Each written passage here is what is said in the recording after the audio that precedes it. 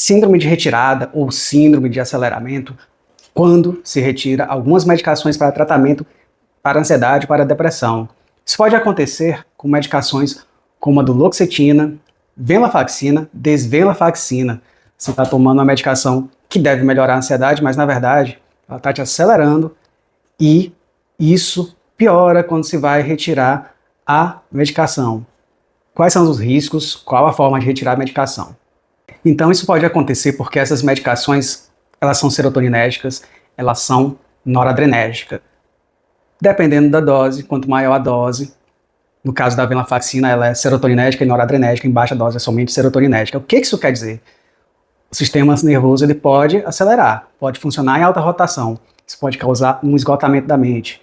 Você tem pensamentos acelerados, que ficam mudando de assunto, dificuldade de se concentrar, de assistir uma série, de ler um livro. Tem uma irritação, um quadro de irritação em que você tem uma baixa tolerabilidade a frustrações, se sente incompreendido pelas pessoas. O mundo ele fica insuportável. Qualquer coisa vai te irritar, um barulho, um pequeno acontecimento no trabalho, no relacionamento. Isso é uma aceleração, isso não é uma euforia. Euforia, a gente pode pensar em outras coisas, aí um estado de hipomania, que faz parte de outro transtorno, inclusive para esse transtorno, que é a bipolaridade, na maioria dos casos a gente não vai usar esse tipo de medicação. A hipomania é um estado de sensação de poder, de grandeza, de aceleração, em que você tem a sensação que pode fazer tudo, está tudo ao alcance da mão. Não é o caso. Então esses antidepressivos, eles aumentam esses dois neurotransmissores, e aí o cérebro fica hiperativo.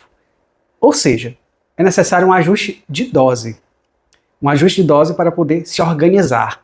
Essa parte neuroquímica. A noradrenalina ela está localizada na região do cérebro do córtex pré-frontal. É a parte responsável por foco, decisão, comportamento. Quando ela é acelerada, quando está em desequilíbrio com excesso de noradrenalina, córtex pré-frontal, irá ocasionar esse desvio no foco, na decisão, comportamento desorganizado, e isso precisa ser ajustado.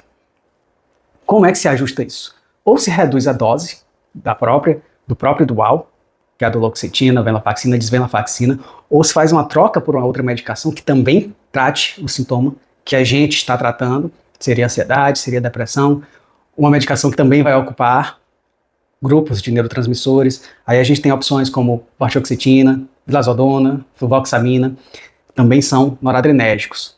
Então é importante fazer essa troca com acompanhamento para se reequilibrar, sem interromper o tratamento. Se começa a ter esse tipo de alteração, e pode-se pensar em interromper a medicação.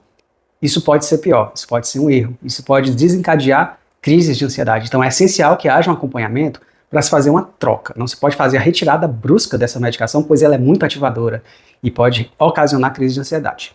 Esses são alguns cuidados que tem de se ter com essas medicações, como venlafaxina, desvenlafaxina e duloxetina. São muito boas para quadros de ansiedade que não respondem a serotoninérgicos clássicos, como sertralina, escitalopram, fluoxetina, e aí se usa medicações duais. Pode-se ter um sucesso e melhora significativa no tratamento, porém, se isso acontecer, é necessário fazer ajustes. E o ajuste pode ser somente o ajuste da dose, ou mesmo a troca por uma outra medicação para se ter o controle dos sintomas sem esse tipo de efeito colateral. Então é necessário uma avaliação individual para se entender o que está acontecendo, para se fazer a troca com sucesso. Com acompanhamento médico, é necessário uma avaliação individual.